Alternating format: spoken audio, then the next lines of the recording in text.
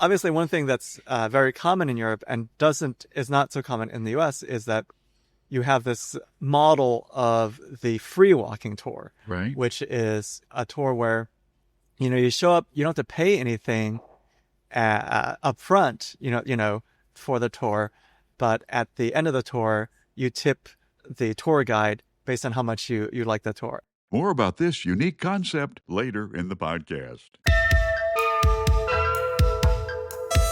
This is Jim Bratton Podcast. You may enjoy some, or all, or none. Now, here's Jim. This is Jim Bratton, and this is the Jim Bratton Podcast. Today we're talking to John Gu. Hello. Thank you, John, for joining us. I'm so excited to be doing this. This is really fun. I've never done a podcast before. And we're recording, by the way, from the Proletariat, where John and I met, as a matter of fact. Yeah, it's my favorite cafe in Galveston, by the way. John, you have an incredibly interesting approach that you've taken to a fairly standard Galveston activity, and that is tours of Galveston, walking tours of Galveston. Yes. Now, I'm going to talk a little about the tour and its uniqueness in a little while, but how did you happen to decide? I mean, what motivated you to do for one thing, let's just take this from the beginning. You've recently assumed employment here on the island. Yes. But before that, were you coming down here on a regular basis? No, not really. I did grow up in Houston, so I am not a complete stranger to Galveston. But only since this past year have I been, anything like a regular on the island. And I do live here now, right? Actually on the island. But before living in Galveston, I was living in Austin, living and working there. Yeah. And I just came here for a job, and that's when I started to live here and get to know the island. And really, it's pretty much my first time that I've really spent extended periods of time on this island as an adult. I've only, growing up, only came here as a kid a few times. So did you, as a matter of fact, we don't need to know where you work. What type of work do you do, though? So I work as a programmer. Yeah. My work is kind of tech-related, data-related. So it is very much a computer job, an office job, 9 to 5.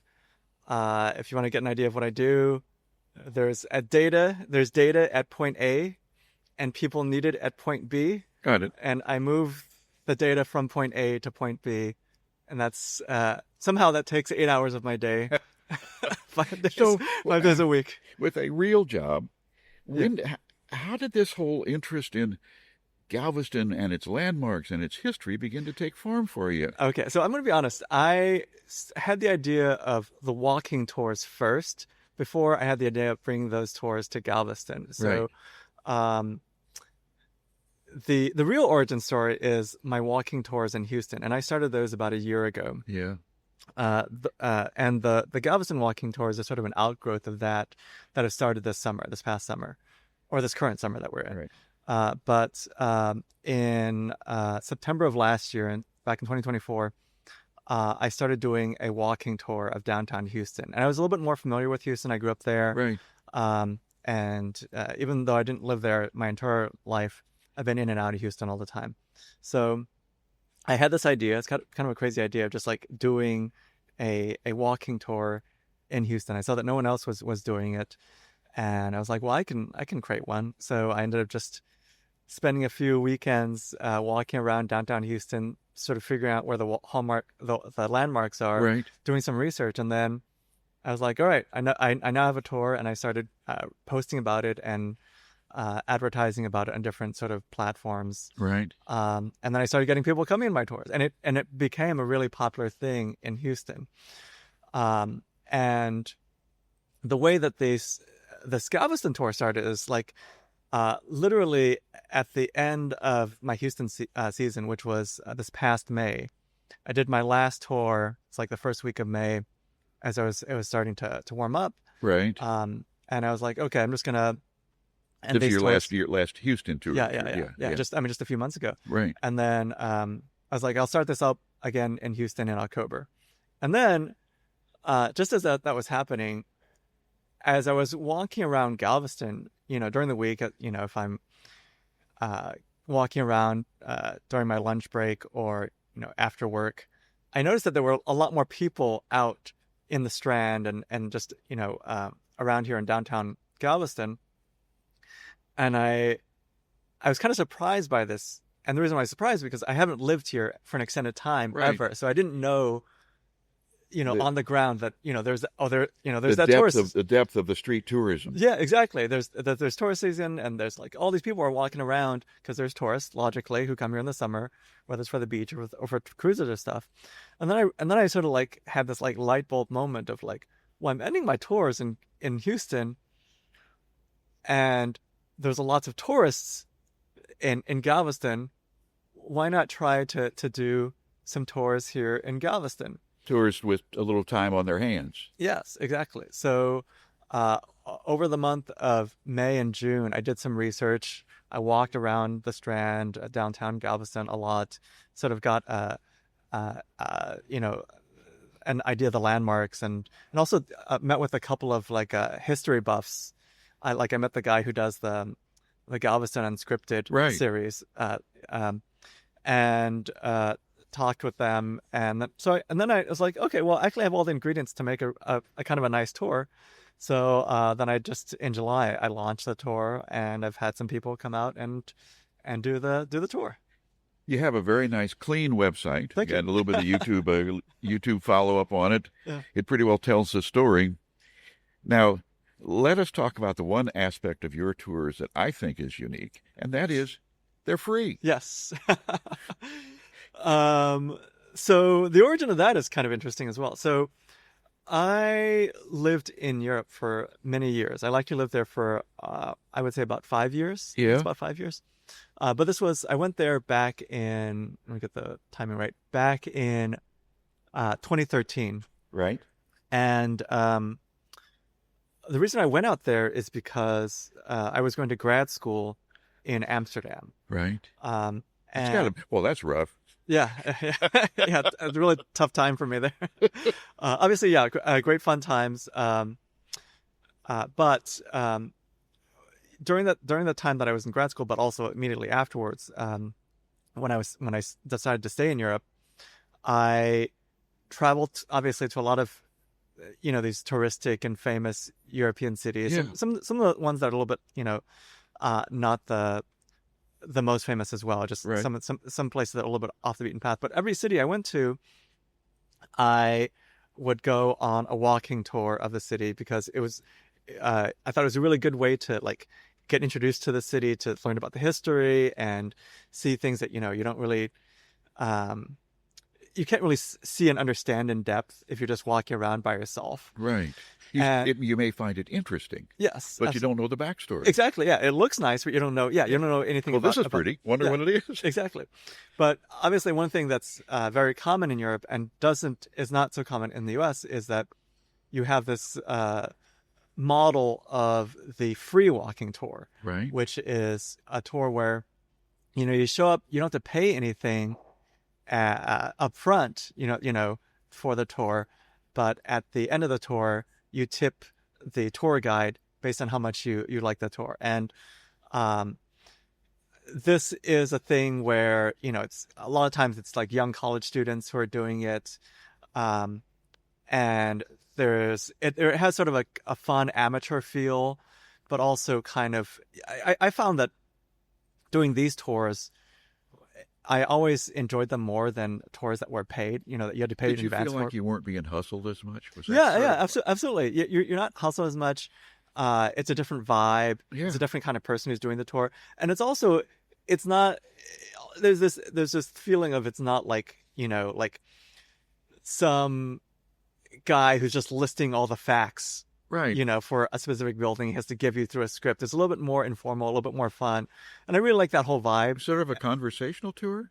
A little A little bit, bit, a but little bit. a little more give and take than some, I guess. Yeah, yeah, and Well, I got to add this. Yeah. Let me back up a little bit.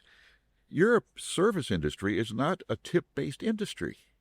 Like in restaurant service and everything. It's interesting that this is a whole nother side of it that I was not aware of, but it's what a nice business model, though. yes, and I think this, like, for me, if I think about myself as a traveler or myself as someone who's getting a service. One nice thing about this is this model is I don't have to pay anything up front. Yeah. I don't have to even a lot of times I don't even have to worry about reserving a spot. Right. And, if I want to change my mind from the morning tour to the afternoon tour, I don't have to worry about a big rigmarole about all Right. that. Going online, trying to make a big change. Yeah, exactly. And then also it's I don't feel like I have to. I'm stuck there in the tour. If I don't know anything about the tour, and ahead of time, my fear is it's going to be lame. I paid let's say $30 for this tour, and then within 5 minutes, I realized, oh, this guy, this guide is not my style. Maybe he's not a bad guy, it's not my style. It's not what I want to do, and I don't want to feel like I'm stuck there for the next 2 hours. Right. So with this model, it's for, if I'm on the receiving end, I can just show up, see if I like it. If I like it, keep going through and then tip the guy at the end. Right. And then if I don't like it, or if I need to, I can't make it, I need to make a change. There's no money involved on the front end where I have to worry about losing it because I was on that tour. No bus to jump off of in the middle of exactly. someplace you don't know. Exactly. Wow. So you transferred this business model to Galveston. Yes, and Galveston does not have this model yet. And also, it's a very rare model in the U.S. generally. There are a few cities. I've done a little bit of research now that I've done this. There are a few cities in the U.S. that have this model, but yeah, most places it is sort of more quote unquote traditional model of you pay for a tour in advance and then you go on the tour. Since you're just getting this underway, how do you promote it? I don't think I'm going to say I haven't done a very good job of promoting it. So there's three things I did. One is I put out some flyers. Right. So I have a friend who's a graphic designer. He's a really good graphic designer, good friend of mine from high school. And he did my flyers from Houston. And we just adapted the flyers that I made last year, or that he made last year for Houston for the Galveston tour. And then I got those printed out at the Minuteman here on the island. Right. And I just put them in different cafes. I put them at here at Proletariat. I put them in Mod. Right. And so on. I put them at the place as well. As an interesting point, here at the Proletariat, we just had 4 people all with baggage. Yes. Obviously coming or going from a tour. Yes. Or from a cruise. Yeah. Every one of them, or that group, was a potential walking tour client. Is that a fair question? Is that a fair analysis? And they would have had yes, absolutely. And they would have. There's no friction for them to come to my tour because they don't even have to exchange money at the beginning to come. I like this whole frictionless approach. So if they get if 30 minutes into your tour they're having a great time, but oh wow, we got to leave pretty soon. Yeah, exactly. They can. Exactly. That's another thing as well. So I've got one of your little handouts here. They're very nice, very clean. They tell the story. Now, and people can get a hold of you on the web then? On the website, yeah. Okay. Yeah. When do people not believe it's free? No, actually, I have never had a situation where someone who came on the tour didn't understand the concept of the tour. So it's very interesting. When I give the tour, I typically mention the pricing or the money model, right? And twice. I say at the beginning of the tour, hey, this is a free tour. If you'd like to tip me at the end, you can do that in cash or Venmo. I said that at the beginning of the tour, and then I say at the end, oh, that's going to be the end of our tour. If you'd like to tip me, I have this way or this way. And no one has ever been no one was ever like, oh, I don't get it, and no one has asked about it. No one has been confused. I've never had someone not tip me on the tour either. I've had hundreds of people at this point, when you include my Houston tours. Yes. And it's a range, the amount that I get tipped. I've never felt that I've gotten an unfair tip. It's It's never Do been. you sometimes get through and go, "Oh man, I didn't do a very good job on this tour. I'll be lucky if I get much." Yeah, yeah, no, no. I've never had that situation. I've never felt like I've gotten like a tip that was like small either. Like Yeah, I've yeah. the tip amounts have been good, and I feel like people, everyone who's come to the tour, they they understand it. You know, they understand that free, quote unquote, actually just means tip based. Yeah. And I don't think that there's a bait and switch there. I just feel like that's just what we could name that pricing model, right? And yeah, I think the model is something that everyone has. Like I've never had an issue with anyone not understanding it. I think it's a great business model. Yeah, yeah, I mean, particularly as you're offering a product of value yes, yes, and a unique product. yeah, So, yeah. have you? Do most people complete the tour? Then most people Oh allocate yeah, oh yeah, 90 absolutely, minutes yeah. for it, or just? I've so I think I'm a pretty interesting tour I guide, think so. a fun guy to talk to. But anyway, I have had. Okay, so I've had I'm situations. asking difficult questions. No, no, no, I no, know no. that. I've had people leave the tour because they've had to because they um sometimes it's because they knew that they had to leave halfway through because they have to Understood. catch Yeah. a bus or Right. they Right. have to get on the cruise or whatever. I've had other situations where I've had a couple situations. This was more so in Houston where people uh were affected by the heat. Good point. So yeah, it's a in Houston the tour is actually a little bit long. It's nearly 2.5 hours, Oh my! which Walking Houston streets. yeah, yeah, I know. Um, which if it gets hot out can be a bit of a challenge. And everyone, most people, like 99% of people are able to get through, but I had a couple of people who um have had that be an issue for them and then they had to leave the tour early. Yeah. And then I'll be honest, I've had like maybe two or three people out of the hundreds who've been on my tour who I think just were kind of got like honestly were just bored. Like maybe it wasn't because it was a bad tour, but just because it was not the style, the thing that they Yeah. were interested in. Yeah. And those people did like I think they left just because um they were bored. But yeah, I think it's very rare and it is but it is one of the advantages of doing the tour in this way where like I would feel bad if they paid me full price, let's say $30 or $40 for a tour, and then they left 30 minutes in because they weren't into it. Let's take it fully down to Galveston. Tell me how people can reach you then.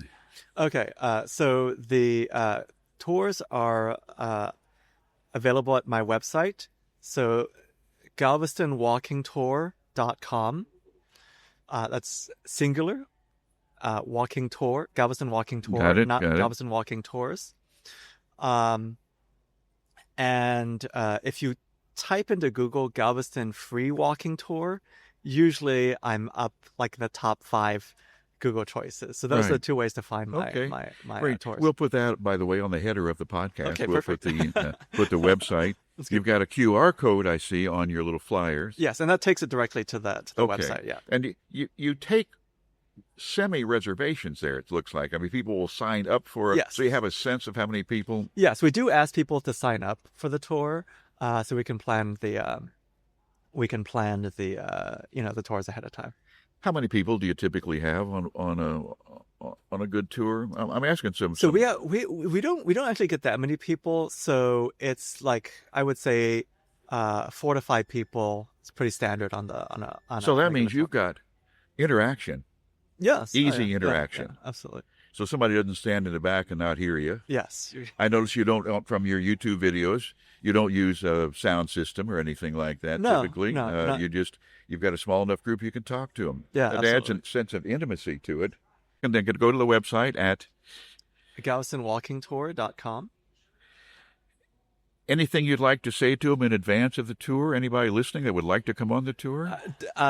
Do sign up ahead of time on the website. That's my main thing, and also be aware that we have our tours 5 days a week, Wednesday through Saturday. We do Wednesday through Saturday evenings, so we do our tours at 7 o'clock every day, and then every day Wednesday through Sunday, and then we also have tours Saturday and Sunday morning at 10 o'clock.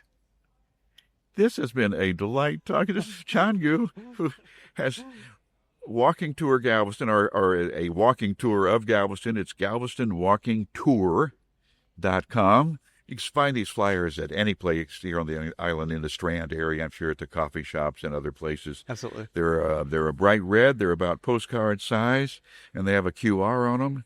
John, thank you very, very much for joining us today. This has been a delight. I love it. I loved it. This is super fun. This is Jim Bratton Podcast, and we're live from the Proletariat. This has been Jim Bratton Podcast. We hope you have enjoyed, been inspired, informed, angered, or otherwise emotionally stimulated. This is your booth announcer, Sierra Sakel.